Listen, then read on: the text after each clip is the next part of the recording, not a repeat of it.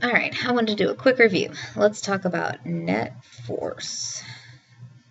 And basically, net force is the sum of all forces acting on an object. There's a couple of definitions of it. So you've got net.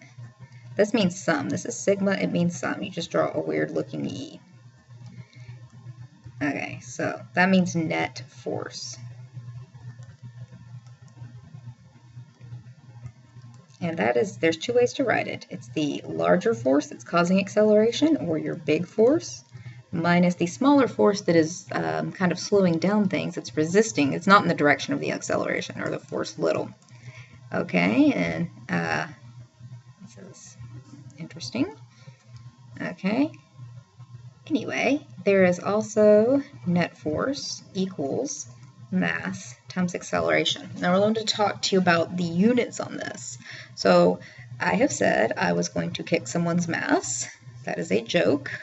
Okay. And it's a memory trick. Kill their grandma. kg. Mass is measured in kilograms. All right, so, and if you will recall, acceleration is measured in meters per second squared. So let's look at this, mass times acceleration. So mass is measured in kilograms, and acceleration is measured in meters per second squared. And the way you would say that is kilogram meter per second squared. Now, this has another name, and some of you knew what this was, some of you weren't entirely sure about that, but it is a Newton.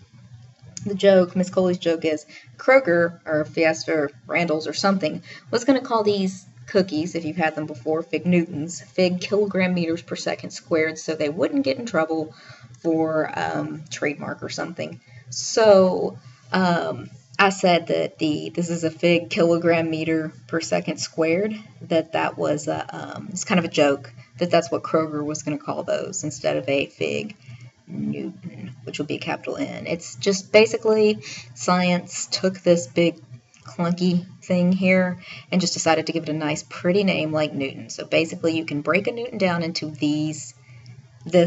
which are what you would call the fundamental units. The fundamental units basically are your units for length, distance, whatever, which is the meter.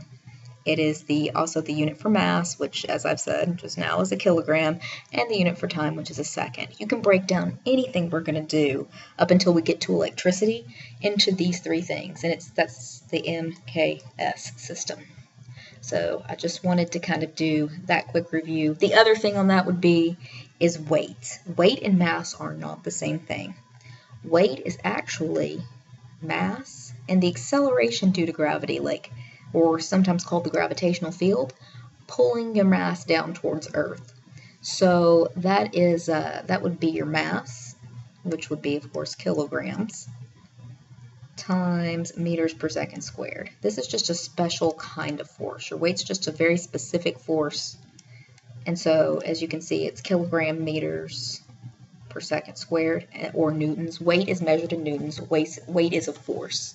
So keep that in mind when we're doing free body diagrams and things like that, because it's useful to know.